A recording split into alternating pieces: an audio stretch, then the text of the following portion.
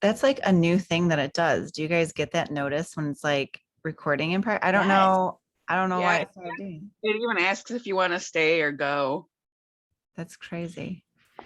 It happened to me It on did that Monday. earlier when I was on my elite training call. I was like, what? Like, that's just so weird. It just randomly started doing that. I don't know. But thank you guys for hopping on. So, there's really, I mean, I talk to you guys just about every day. So there's really not that much news other than just shouting out Heather. What are you at now? SC12? SC4? What are you? SC12? Yeah. I think I'm at 12. I couldn't remember if your I last one think was that's 12 where or I'm at. 14. And then Mary, who sent out a link on her birthday, was like, that's what I'm talking about. But Mary Helen's couldn't be on tonight. But I asked Anita to come on because, listen, I feel like if there's anybody who has been through some shit and is here alive to tell the story and has really just encouraging words and a lot of good tips and advice. And I know of course, she's my upline, but honestly, even if she wasn't, sorry, I got to mute this child of mine fighting going to bed. Even if she wasn't my upline, she would be one person that I would look to as a mentor because she just really has gone through. I mean, you guys know I've been through some life shit. So I think one of the things that's gotten me through that is knowing that she got through hers. So I asked her to be on, and so I'm just going to shut up and let her take it away. Awesome. I think I have met most of you. I know I've met Nikki. I feel like I've met Heather. I feel like I've met Crystal. Have I met you, Crystal? Oh, maybe. Crystal's Instagram. Okay. I've definitely met Nikki. I feel like I've met Nikki. Right. Okay. Nikki and Heather have both been, they were on the last call. Okay. Cool. Weren't you on when I was at Anita's in fall, Heather? You were on that call. You are on the recording, girlfriend. Yep. For some reason, when she said met you, like, I'm like, yeah, not in person. Sorry. Virtually met. Yep. Okay. Well, it's really nice that there's an intimate group here and we don't have a lot of people to talk to. So, I mean, if you guys can ask me questions. I'll briefly introduce myself for those of you who don't know who I am, but we can ask questions. I can share some things that I'm doing in my business that's working for me. And then we can go from there. So a little bit about me. Candace kind of gave you guys a little bit of information, but I've been a coach since 2012. I am a legacy club member with Beachbody. That just means I've made in commission over $1 million in commissions, and I've done that a few times. I am a superstar diamond coach, and basically Beachbody is what funds our entire life. Or our lives. I have 2 kids. I have a 9-year-old and I have a 4-year-old. One is adopted, and that again is a Beachbody blessing that we were able to afford to do that. And then I have my daughter who's 9, who's biological, and she's the reason I started my business. So Beachbody is such a huge part of who we are as a family. And my husband is very grateful for it because he has a less stressed out wife. Because before I was coaching, and even in the beginning of my coaching career, I had a marketing and sales job at a home builder, and I felt very outside of my comfort zone there. I worked 50 hours a week. I worked nights. I worked weekends, because in the real estate world, we're on at night and we're on during the weekends because that's when people are off of work to look at houses and things like that. So I never really saw my kid, and I didn't think that when I had her that life was going to be that way. I thought for sure I'd get more time with her, and I really just I didn't. I'd go to bed and she'd be in bed already, and like I wouldn't see her all day because I would leave for work before she woke up, and then I would be back home and she would be going to bed. And I just felt like it was totally unfair to me and to her. So I thought to myself, Beachbody is seriously the only way I'm going to get out of this. It was really the only thing we had. And my goal was to make, inevitably, forever and always, $1,000 a week. I knew that $1,000 a week would sustain our life and would take care of us and keep me out of having to go back to work. And not so much my husband, that wouldn't cover his income on top of that, but it would cover mine. And so that was my goal. And I was able to do that. And I was able to basically match my income, his income, triple it. And then he didn't have to go to work anymore. So now we travel full time as a family. We live in a fifth wheel RV and we hop around the country. Right now we're spending our summer, most of our summer in Michigan. We'll be going to Wisconsin too. And just enjoying the summer here. And then we're going to snowbird it out west and down to Florida this winter. So we're having fun. And again, all thanks to my business that we're able to have that freedom. And we definitely, what's really been great is we've been able to keep our lives at about $1,000 a week. Basically what my major goal was, we kept it there so that we can store, save for the future. And that's the biggest blessing of all, is that we've been able to, make it so that we had financial freedom in the future. So that's my Beachbody story. And then I've gone on to have many coaches, 40 plus coaches in my downline, go rank advanced to diamond and star diamond. And just been having tons of fun as a coach. But yeah, 9 years in, I feel like it's been 5 weeks. Some days I'm like, I feel like I'm a brand new coach and I'm still learning new things. So I'm always learning from my coaches too. So what I think we should do, because there's only 1, 2, 3, 4, 5 of you, is a Q&A, if that's okay, because then I can let you guys ask me anything you'd like to ask. And then we can kind of bounce off each other, because one question might, awaken someone else's question. Because I'd rather do that than just start talking and it might not be something that you need to hear or that would benefit you or help you in your business. Does that sound okay?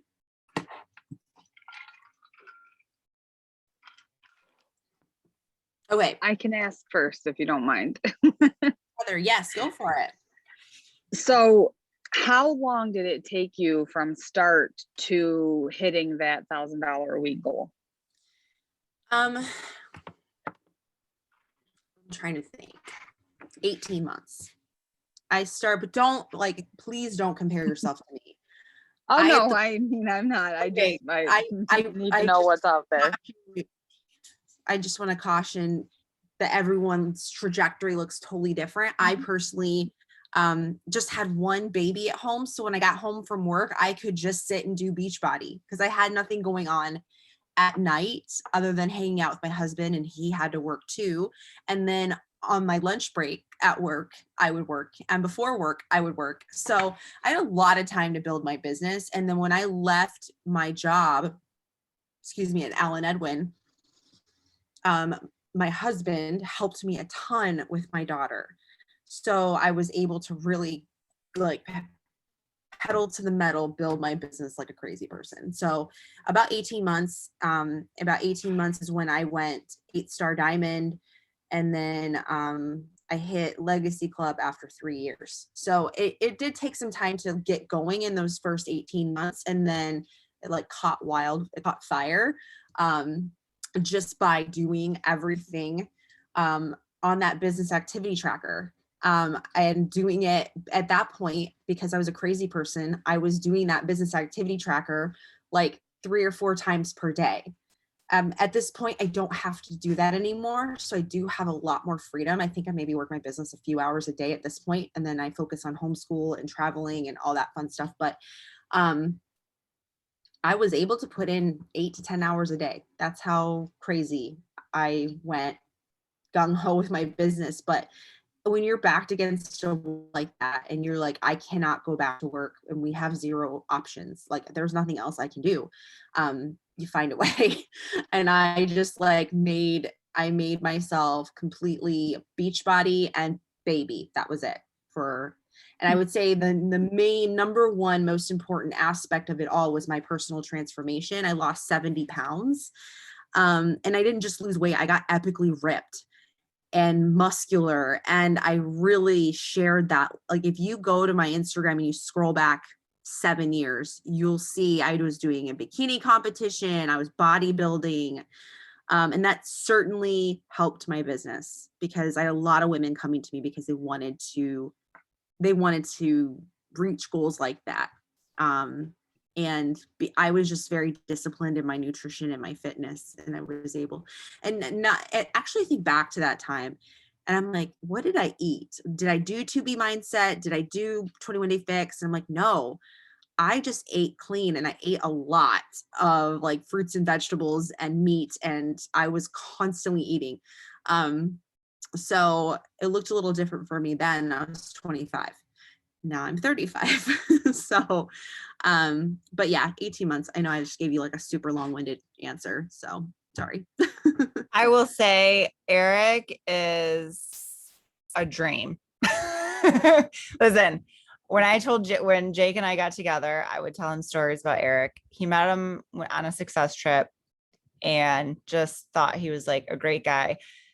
And I saw like some of the stuff he did for Anita, but it was on a trip. So like, not really, is he really seeing what all Eric does? Like takes pictures, like that's what he saw on the trip. But when we stayed with them, it was my soul, not my soul, because I wanted to see Anita and spend time with her. But one of my driving forces on this, ensuring this trip happened, was because he needs to see fucking Eric. He needs to see what that man does.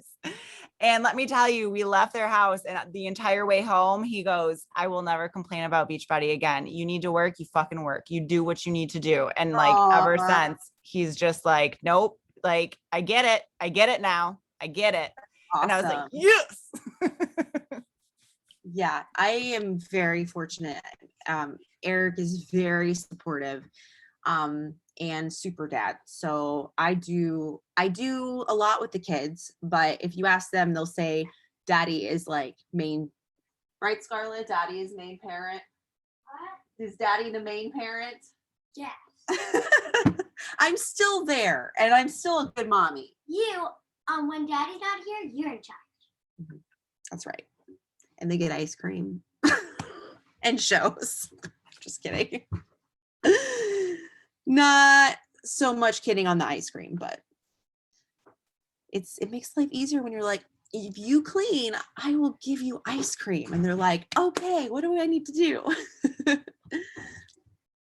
All right, who else has a question? I have a question. Sure. How do you not get overwhelmed by like all of the trainings and like how do you like keep your focus on like one thing and not feel like a ping pong ball in a closet? Yeah. I do feel like a ping pong ball in a closet, if I'm being honest. I feel like a chicken with my head cut off right now, especially because we are trying to make an adoption happen on top of working my business and homeschooling. So I do feel that way. But I get so much work done in the morning. I think that you guys can agree when you wake up, you're much more clear, focused, and that's like my money making hours. Like when I'm up before everyone else, I'm like, I make my to-do list the night before. I like brain dump it down. If I don't brain dump a list, I don't get as much done. So I'll brain dump when I need it like a lot to get done. But I really love first thing in the morning to sit down and just write out everything I need to do for the day. And I look at my calendar, I look at Team Beachbody 411, I look at the team page and I think, okay, what do I need to do today? I need to check in with my challenge groups. I need to do all my business activity tracker. Right now we're doing a challenge where we're inviting 5 people a day. With my leaders, we're doing 5 people a day through voice message. So that's another thing I have to add onto the list. And I'm a pen and paper person. I have no fancy systems. It's actually kind of a hot mess. And I do really wish I had a fancy system, and I thought in the way of a fancy system, because maybe my business would be even better. But yeah, I'm just, every day I write down, I just brain dump my schedule. And then as the day goes, I check things off. And so then at 10 p.m. I sit down and I go, okay, what did I not do? And I'm like, okay, what can I check off? Or like, what can I bust out real quick? I am an Enneagram 7, but I do have a lot of Enneagram 3 in me, where like I crave feeling accomplished. And to me, feeling accomplished is checking off my to-do list. It's like, ching, ching, ching. I don't know if you guys I get addicted to the to-do list checkoffs. Don't do a lot of the trainings. I really have to pick a training a week. I don't get on a lot of trainings. So I do National Wake Up Call right now, no matter what. And then I listen to my personal development. And then I host our team call. And then I'll be on someone else's team call. But whenever I have calls to catch up on, I put them on like my computer, my earbuds, and I clean or take care of the kids, or I drive. I try to make it so calls are always in the background, because I don't have the time to sit down and just watch and listen and take notes. I know you should, you're supposed to, like, you know, successful people will tell you should sit down and hyper focus and take lots of notes, but like I have to do what makes sense for my family, and I don't have time to sit down and do calls. So I just listen to all of them. And then sometimes if it's like a really important call where I'm involved, like I'm speaking, or it's like a smaller, more important call, I'll be on. But like lots and lots of little trainings and big trainings, I try my best to get on at least one a week, and that's all I can make happen. I hope that helps. It does. It makes me feel better, because I'm like, oh my God, there's so much stuff to watch and catch up on. And it's like, it's filming. If you are limited on time, do the things and don't watch all the things. Just go do like, who cares if you miss the National Wake Up Call? Get your invites out. That's more important. Get your bat done. That's more important. And maybe catch up on the call later. Like this week, I'm still behind on the National Wake Up Call. It's making me nuts. And then I had a call today. I was supposed to be on with Candace and our business mentor. And I had a disaster happen with our adoption. So we are still working through that disaster, but I had to miss the call. But I will go back and watch the recording while I clean my kitchen tomorrow. That's the plan.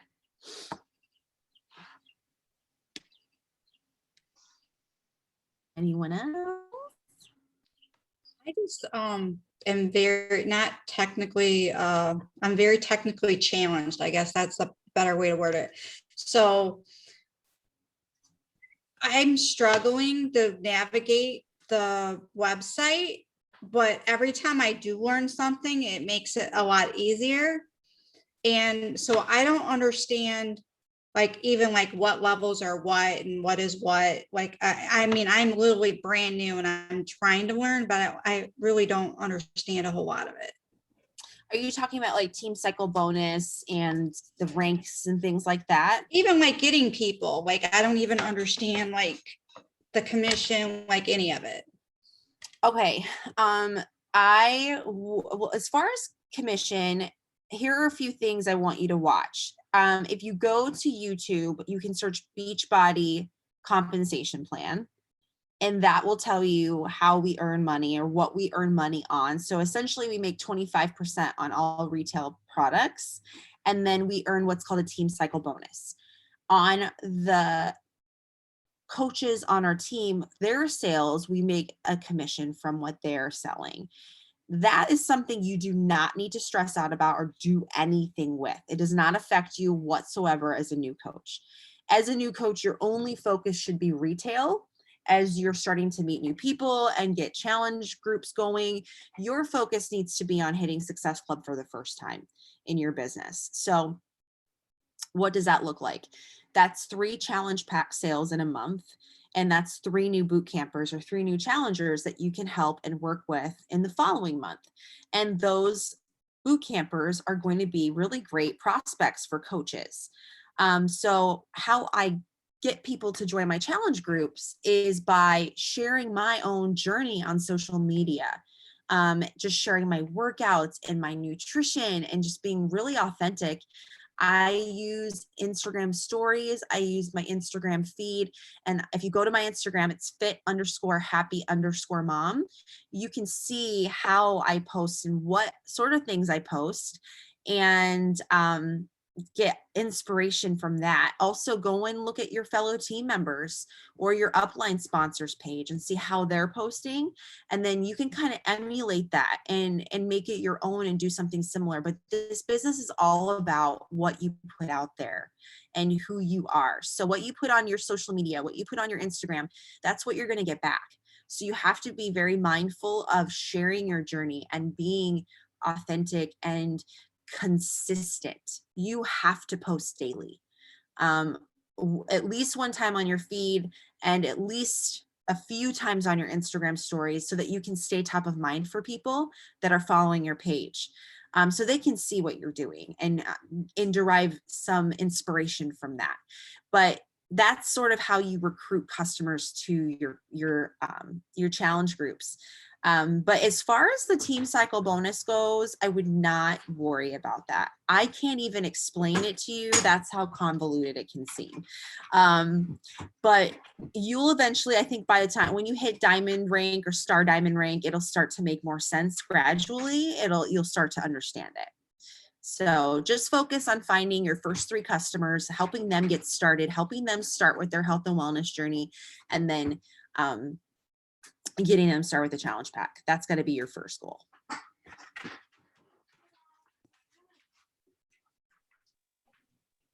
Rhonda, I have to shout you out because I know you just started a couple weeks ago, and like I see you on your Facebook and your Instagram and putting yourself out there, and I just want to say like good job. And Amy too. Amy's one of my coaches as well, and she's been like, she posts almost daily. She's doing a good job with that too. I know they're both struggling to pull in their first customers. And so this advice is going to be really helpful to them. I think a lot of it, even for me, is about the follow-up. Like, yeah, people are liking your stuff. Like, I don't know, I had like 190 people respond to my transformation post on Monday, but Wow. I've had conversations with most of them. So like, you know, I feel I Reinvite. struggle with going back and trying again, but I got it this weekend. I'm going back. I got it. Reinvite everyone. I did create something that said, "Hey, thanks for showing love on my or on my post," and just a little bit about why I'm doing it, because I lost both of my parents to unhealthy life choices that they made, and I don't want to do that to my kids. So I just share a little bit about that, and then it gets the conversation going. That's awesome that you feel so passionately about that. That's incredible because not a lot of people do, you know. I know, for example, my mom, she cares, but my dad didn't. My dad was 500 pounds when he passed away, and he was very, very sick my whole life. So it was very hard to watch. So the fact that you're starting and you're getting going and you're sharing just a little bit of your journey, that's so inspiring, and you should be very proud of yourself. That's really great. That's awesome.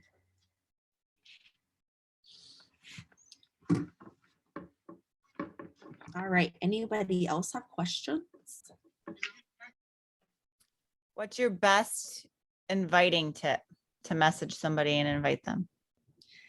I am, in a perfect world, we would voice message invite, right? Because that's the most engaging. It's people can hear your personality and your excitement in your voice. But let's face it, sometimes I invite in front of the TV, like when I have sitting next to my husband.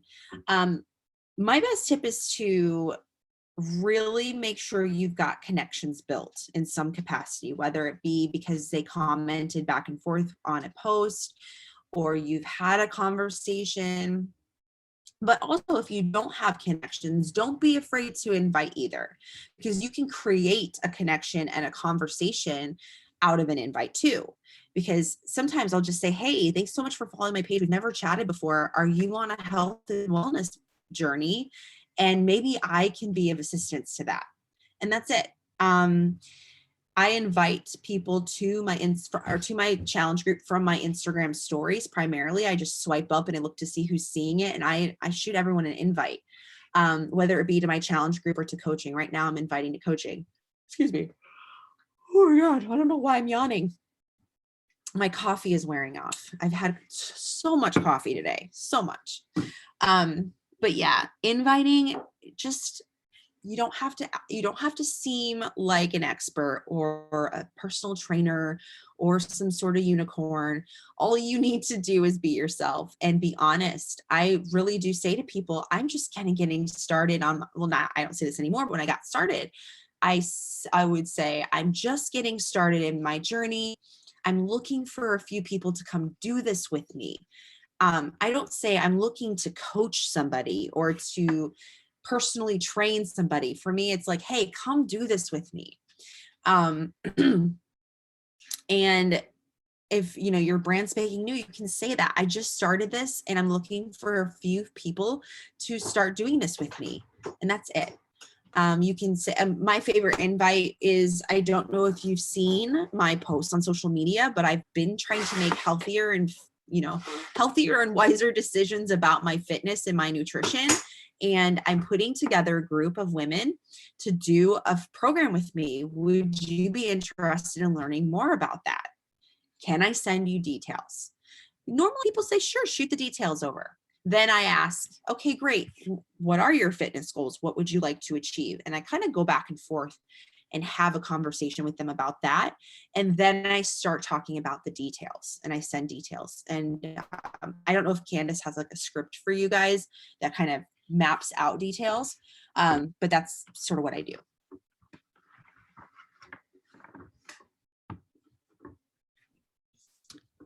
How do you handle rejection? I am really good at it on the internet. Like, I do fine when someone says no. I'm like, fine, great, no big deal. We'll check back in with you in a few months, and I put them on my follow-up list. In person, I'm terrible with rejection. I can't do it. I just absolutely implode and freak out. But online, I'm just like, it's easy to just kind of be like, okay, no, great. And I move on. You have to be able to set emotion aside. You have to be willing to be okay with taking that emotion piece out of everything. That's hard to do when you're first getting started, but you have to think of yourself as a trusted advisor. So for example, if you're working with a salesperson at Best Buy and say they're on a commission and you decide not to buy the product that he's trying to sell you or she's trying to sell you, they're not going to freak out on you and be like, well, I can't believe you're telling me no. And they're not going to melt down and freak out. They're going to move on because that's their job. You got to kind of treat it that way. This is your job. In the beginning, you are a salesperson for Beachbody. I know we preach that this isn't sales, but I beg to differ. There is a sales aspect to this, and in the fact that it also comes down to the way you look at sales. Sales is a good thing. We need sales people, and we need people to get to know a product to share with us what that is. And so a great example would be Monat. I would never spend $100 on shampoo, but my friend who became a rep really broke the heck down of what those things were, the ingredients and the benefits of the shampoo. And because she went over that with me and because she's so passionate about it, I gave it a chance. And I absolutely love the shampoo. Okay. So I don't think I would have ever tried the shampoo had she not passionately shared with me what that was all about. Same thing goes for our Beachbody programs. Someone out there needs you and your passion. And you have to look at it that way, that you are doing a service by sharing the benefits of what we do. You're helping by sharing the benefits of our challenge groups. So you've got to be able to set aside emotions and feelings and look at everything as a business. You don't see a car salesman crying in the parking lot because someone said no. They move on. They go and they grab their book of business and they find someone else to talk to. And that's what you have to do.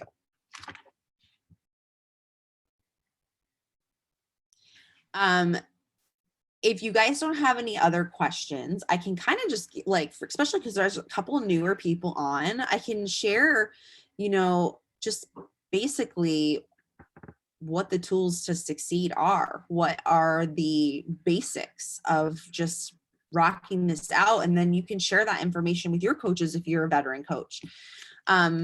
So with all of my newer coaches, the business activity tracker, and I know I sound like a broken record for some of you, but the business activity tracker really truly is it. And I know a lot of people say, well, what's the secret? What's the secret sauce? What do I need to do? How do I build this business? I don't get it. Some people say, oh, I didn't build my business because I didn't have an upline sponsor. You don't need an upline sponsor. All you need is the business activity tracker and a willingness to do it more than once a day. Once a day will build you a part-time business or a hobby business. Twice a day will build you a business. And if you are able to really focus on doing it every single day, you will grow a business. It's just a matter of being consistent and willing to show up every day and do the things. So for 5 days a week, for the last 9 years, I have done my business activity tracker. It's not fancy. Sometimes I do it at 10 p.m. on the couch with like rubbing my eyes, exhausted from my day, but I've always made sure to check the boxes off. And it's paid off. But the problem people have is that they're not consistent. So they're not consistently reading personal development. They're not consistently following up. They're not consistently adding to their network. And they end up falling short in some capacity. So you've got to be willing to do all of it. And it's hard. You're juggling a lot of things. But also, yeah, get that tracker printed out and then also track who you're inviting so you know who to follow up with. And the secret is in the follow-up, just getting back to people, making sure they were able to get set up or ask them if they saw your message or, making sure that you're checking back in with people. Also, social media is epically important. Candace is amazing at Instagram and videos and TikToks and reels. And that's what it takes, is to put yourself out there and have fun and just show up every day, because people are watching. The right people are watching. You guys all signed up under your coach because of that reason, because they were the right person. So you'll look at my Instagram and see, even though there's some days where the posts aren't really that great, I post every day. And it can be exhausting. 9 years of that. Like today, I was like, oh my God, I haven't posted today. But I said to myself, you let yourself off the hook one time, you'll do it again and again and again, and it adds up. So I just don't let myself off the hook. So after this call, I'm going to go. I always look at my Instagram and I go, did you post today? And so right now, nope, I haven't posted. So I got to go post after this. I do post my Instagram stories throughout the day, but really I need to do both. And so consistency over time is truly the key to success with this, is just showing up every day, even if it's for an hour, or even if it's for 30 minutes, just do your business activity tracker every single day. And that's it. A question for you. Sure. How do you choose like what kind of value to put out there? Like, how do you like, I don't know how to explain it. Like, how do you like find things to like share? Like, every day. Yeah, I try to share my vital behaviors.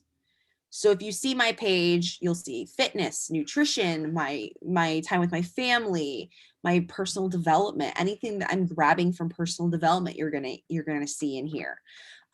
So whenever I can't think of something, I think, okay, what are my vital behaviors? Did I work out today? Share my workout. Did I eat something that was really good and yummy and healthy? Share that recipe. Did I learn anything today through my personal development? Share that message.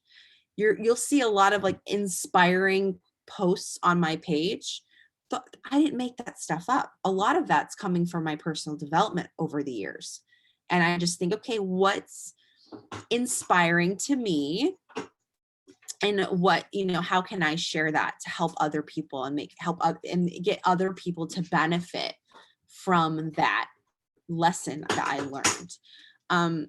I love to share about my traveling. It's important to share things outside of those vital behaviors too, so that people know and see that you're a human. Something I love to do right now that I think is very valuable, and I'm sure Candace is doing it too. I just watch people's reels. And then if I get inspired and think, okay, I really think that I could post that, or I would, my following would benefit from that, I would redo it myself. I'd make it my own thing, and share that value.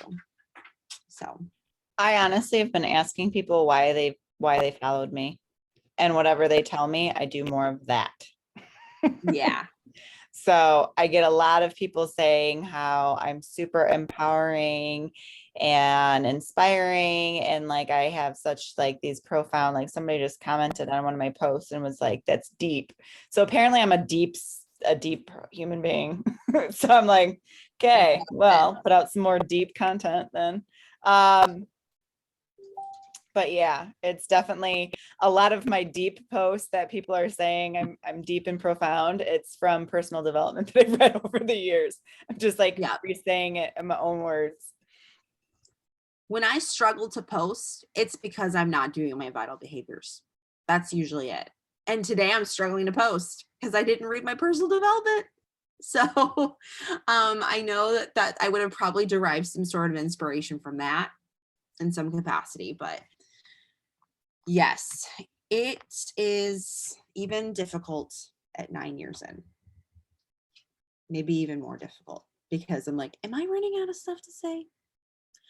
But I can will say in our training today that you missed, Anita, that you have to watch back on, our like topic kind of was basically like things that are holding us back. But also I was thinking about this, like objections and reasons why people aren't signing up with you, or things that are holding you back, like I said, and posting about how you're overcoming it.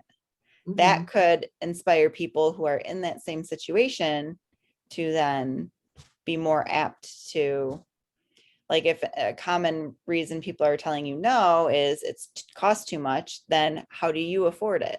Like, how are you able to do it? Oh, I love that. So what would be another, like, so usually affordability, time, money and time are literally basically the only two that I get anymore. However, I do occasionally get them. My husband won't let me, which, I love that one coming from a former single mom / solo. What happens if your husband dies tomorrow and you have no income because you only depended on him and what he wants you to do? Like, I can go on a whole rant when somebody tells me that, but I don't. I love it. Just address it in my posts. Time and money. Yep. Stop buying cigarettes. That's an easy thing to say, but it's really hard to do. I'm not saying for me, but my smoking friends have been on and off Chantix for years, and it's a mess. I don't know, but I don't know how to help you because I don't understand that addiction, but just quit the cigarettes. Or for me, my addiction's Starbucks, but I didn't do Starbucks back when I was broke as a joke, living paycheck to paycheck, there was no Starbucks. But now I get Starbucks every day because I earned it. I work my butt off. I'm like, I'm getting my Starbucks. Like, I don't have fancy stuff. I don't have fancy handbags, fancy cars, whatever. But I have Starbucks every day. That's my fancy thing. I do not get Starbucks every day for myself, but every time we go to Target, Aria now must have the pinkity drinkity. Oh, that's my fault. And my kid. I'm like, let me get my shit and then you can get it. She's like, I'm loving all the cats. Crystal's cat on her shoulder. That's awesome. Then I think Rhonda had a cat, a black cat. I think Heather has cats. Yep. Nikki's got her dog. Heather's got a cat. My cat's like my dog. I've booted my cat out. He's Do too you see my rascally. dog? He's almost as big as my gosh darn camper. He's 100 pounds. And then you got my cats. You see my 2 cats right there. Yeah. Whew. Lots of living things in this tiny space. Wait. You have 2 cats and how many dogs in your camper? 2. I have 100-pound dog. That guy. Oh, He's 100 wow, pounds. you're brave. We are crazy. And we're trying to adopt a 3rd baby. So You got this. Listen, this is what I'm talking about when I said between all the other life traumas that you've been through, if you can still successfully run a business and you're in an RV with 2 children, homeschooling 4 animals and adopting a 3rd. adopting another. Yeah. Like, listen, y'all got time to do your dang tracker. And I'm about to hop off of here and do mine because it has been, I have been running around doing adoption stuff. So, well, I thank you so much for coming on and answering questions and sharing your no tidbits. problem. I Thank love you. it. All right. Well, I'm gonna just end this meeting out and I'll get the recording up in our team page and we will reconvene next week. But if you don't mind, real quick, I'm gonna do a boomerang. Boomerang. Let's do it. Okay, ready? Hold on. Wait. Sorry. Okay. Ready? What are we Yep. doing? Just smiling? I don't know. I'm gonna do peace. Peace, Okay. I guess, is my thing. Or I love you. Perfect. Cool. All right. Thank you, ladies. Talk to you soon. Bye, guys. Hi guys.